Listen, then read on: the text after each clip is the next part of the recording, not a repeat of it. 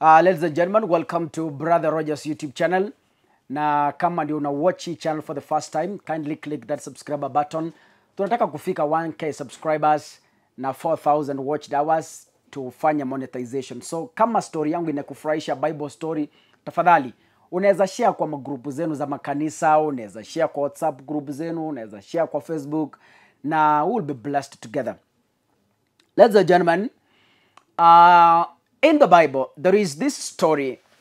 Katika Biblia kuna hii story, na you read in the book of 1 Samuel chapter number 16. Mungu alikasirishwa na kiongozi aliyekuwa anaitwa King Saul. Akakasirishwa sana. Na Samueli wakati huo alikuwa ni nabii. So Mungu akazungumza na Samueli, akamuuliza swali, ni muda gani mimi nitaendelea kuvumilia na mabaya ambayo Saul anafanya?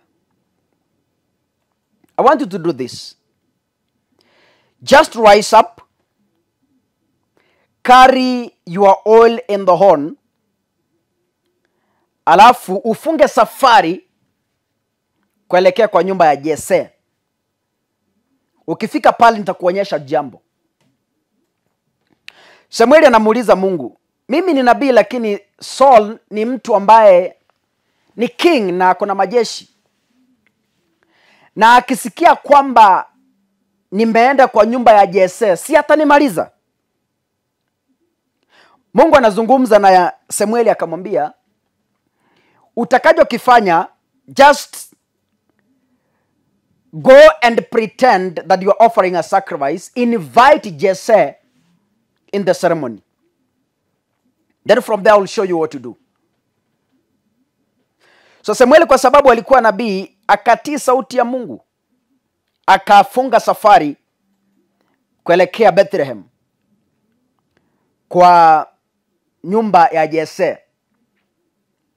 Alipofika pale, wazee wakamuona. Unajua wazee wanapoona mtumishi wa Mungu wanafikiria kuna mabaya na amekuja kupeana warning. So wakamuuliza, hey Samueli, is everything okay? Samueli akamwambia, kila kitu iko sawa na mambo yote yako shwari.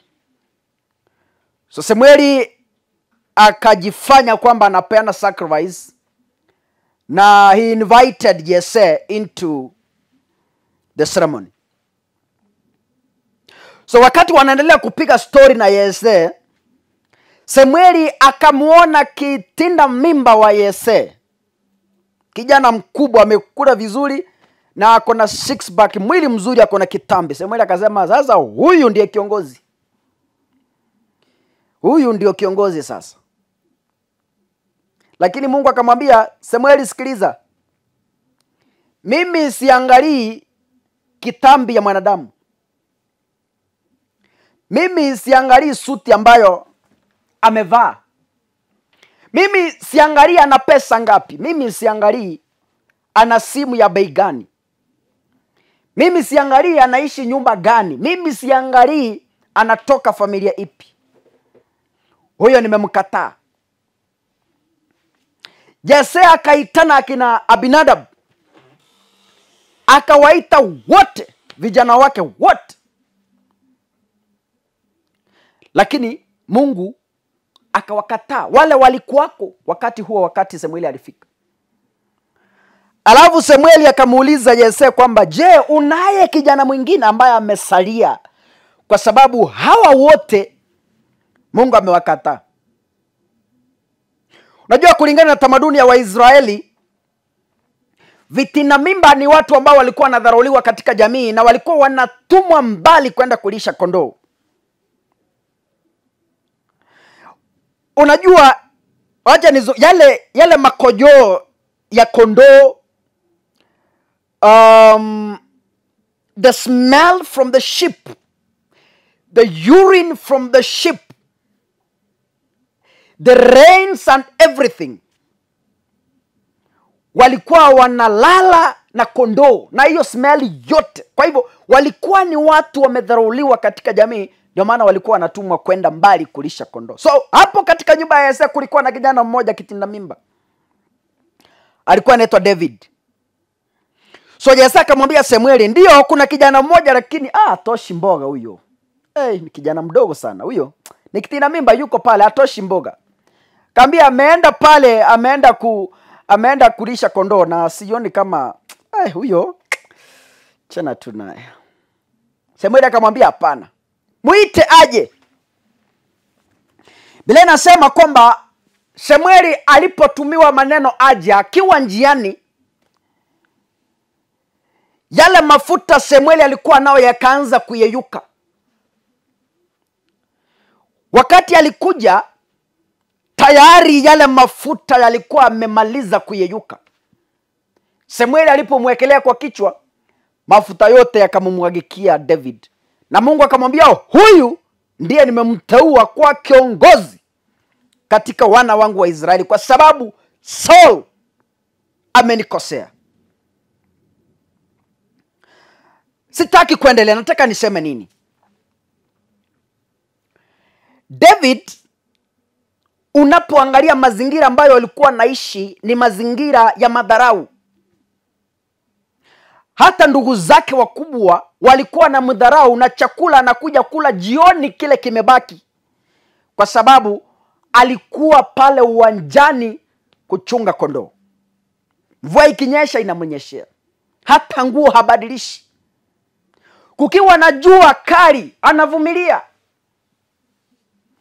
Lazima weke wale kondoo pamoja, na unaelewa the smell that comes out of the sheep. Kwa hivyo, kwa maneno yanayoeleweka, ni kijana ambaye alikuwa, in English I can call him a smelly, a bad odor, a smelly young man. But that is the young man that the Lord is anointing to be the king of Israel. Kuna watu mnaonitazama, and I want to challenge you kwamba Mungu wa Israeli, Isaka na Yakobo, muumba mbingu na nchi na vyote vilivyomo duniani, atakutoa umaskini na atakuweka katika utajiri. Haijalishi yale watu wamesema kuhusu maisha yako. Mungu yeye anaangalia roho, haangalii nguo ambazo umevaa, haangalii viatu unavaa, haangalii chakula unachokila. Yeye anaangalia roho yako binafsi. Alimtoa David katika ndani ya kondoo, akamleta kuwa kiongozi. Kuna watu wanaonitazama, Mungu anaenda kuwatoa in the villages. Kuna msichana ananitazama, Mungu anaenda kukutoa hiyo nyumba yenu ya nyasi ambayo umeteseka miaka mingi, na utaolewa katika familia kubwa tajiri, na utakuwa unapiga deki nyumbani kwako. Kuna warembo wananitazama, ulizaliwa familia maskini ambayo haiwezi hata kununua mafuta ya Fair and Lovely. Kazi yako ni kuamuka, unanawa asubuhi, unaoga asubuhi, hauna hata sabuni nzuri ya kunukia. Hauna. Watu wamesema unanuka jasho kwa sababu hauna perfume nzuri. Watu wanakuita mwenye matambara kwa sababu hauna nguo nzuri unayoweza kuvaa. Mungu anaenda kukutoa katika hiyo mazingira na kuweke katika familia ambayo watakapokuja kuona nyumbani kwenu wanakuja na magari makubwa mazito nyeusi. Na watu watashinda wakishangaa kwamba huyu naye amepataje familia hii. They will come. Mungu ataenda kubadilisha maisha yenu. Kuna ndugu unanitazama nyumbani, umetafuta kazi miaka mingi na watu wamekucheka kwa sababu wanasema nyumbani kwenu hakuna siku na nyinyi mtakuwa watu. Mungu ataenda kukutoa, hata kama baba yako hana viatu, hata kama mama yako ana nguo moja anayoosha na anangoja inakauka na anavaa. Mungu anaenda kukutoa katika hiyo familia, akupe kazi kubwa. Na baada ya miezi mitatu utarudi kijijini na magari mazito, na watu watauliza huyu naye alipitia wapi? Kuna wanasiasa mnaonitazama, Mungu aliwapa uongozi, Mungu alikuchagua kama MCA kutoka familia masikini ambayo watu hawangedhani kwamba kiongozi angetoka katika hiyo familia. Usife moyo. Kila mtu ana siku yake. Bora tu ubaki kwa Mungu. Yese alisema kwamba ninaye kijana kitinda mimba, lakini hatoshi kuwa kiongozi kwa sababu yeye ni kitinda mimba na hali yake ni mbovu. Samueli akamwambia hapana, huyo ndiye tunayemtaka hapa, mlete. Kuna siku utatafutwa kutoka Nairobi hadi kijijini kwenu, upelekwa kupewa kazi kubwa. Mungu atageuza mambo pale Amerika na watu wazito wanaanza kusema hapana, tunamhitaji Nyaboke kutoka Nyamira, mlete hapa na ndege. Huyo ndiye tunayemhitaji apewe hii kazi.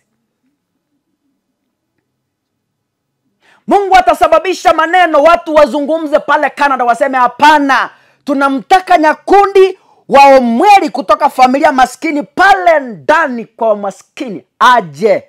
Hii kazi ni yake, ndugu yangu. Mungu atanena siku moja na watu watashangaa. Mungu akamtoa David kutoka kuchunga kondoo, akamleta akamfanya kiongozi tajiri wa Waisraeli. Haijalishi watu wamekusema. Kuna watu wanatusiwa hapa. Ukitembea kwa barabara wewe unatusiwa hauna kiatu kizuri, haujatengeneza nywele vizuri, hauna simu nzuri, haujajipaka makeup nzuri, hauna viatu vizuri. Nyumba yenu ni nyumba inayonyesha na nyasi, hamna nyumba nzuri. Mumedharauliwa kijijini. Watu wanasema baba yenu ni mtu ambaye anakanyaga chini, hana hata viatu. Mungu siku moja atakapozungumza katika hiyo familia yenu na kuambia mambo yatabadilika. Kisoma kitabu ya Yeremia, Mungu anaambia Yeremia kwamba mimi nilikujua hata kabla uzaliwe kutoka tumbo la mama yako. Nendeni ukaokoe watu wangu. Usijali yale ambayo utazungumza. Nitakuwekea maneno kinywani mwako na utazungumza mambo makubwa. Mungu anamwambia Moses, Mungu anamwambia Musa kwamba usiogope. Musa anapomwambia hapana, mimi ni mtu mdogo siwezi. God tells Moses, I have chosen you to go to and rescue my people from Egypt. Watu wangu wameteseka miaka mingi. Hata kama wewe ni mtu mdogo, hata kama haujui kuzungumza, nendeni nimekutuma. Beba fimbo yako, nenda mpaka kwa Farao, mwambie nimekutuma atoe watu wangu katika utumwa. Kuna watu Mungu anaenda kutuma hapa kuokoa familia yenu imedharauliwa miaka mingi. God is going to send someone from your family. It might be you or your brother or your mother or your sister. Doesn't matter. But I'm telling you, mumelia miaka mingi kwa sababu ya madharau ya umaskini na mambo mengine. Lakini Mungu alivyomtuma Moses akamwambia nendeni mpaka kwa Farao mwambie nimekutuma. I'll give you the powers and I will give you a translator. We beba fimbo yako ya kuchunga kondoo, toka safarini nendeni. And that is how God can change lives. Wewe wacha kulia, instead ask God for intervention. Wacha kulia shida zako. Stop crying. Be focused in your business. Mungu atakubariki kutoka kwa hizo nguo mbili unazouza. Na atakupatia botiki kubwa na watu watashangaa. Be focused in your small way. Be focused. There is a time that God will speak in volumes. And people will say umeingia Illuminati. Haijalishi ulianzia wapi. Safari ndefu huanza na hatua moja. Laza gentlemen. Mungu akubariki na Mungu akutia nguvu. Wacha kulia, chipanguze machozi na anza safari. Mungu alimwambia Samueli anza safari kuelekea pale. God told Moses anza safari. Mungu akamwambia Yeremia anzeni safari. Mahali ulipo wacha kulia umaskini. Wake up. Anza safari na Mungu ana maisha mema mbele yako. Kuna watu mmelia hapa miaka mingi, ndoa imeharibika, umepoteza watoto wako, umepoteza wazazi, umebaki maskini na unauliza Mungu itakuwaje? Just wake up and start walking. The Lord is on your way. May God encourage you. May God bless you. Even if you are in your lowest moment, may God give you strength. You have lost hope. From this platform, I declare hope upon your life. And may God give you strength. May God bless you. Thank you so much.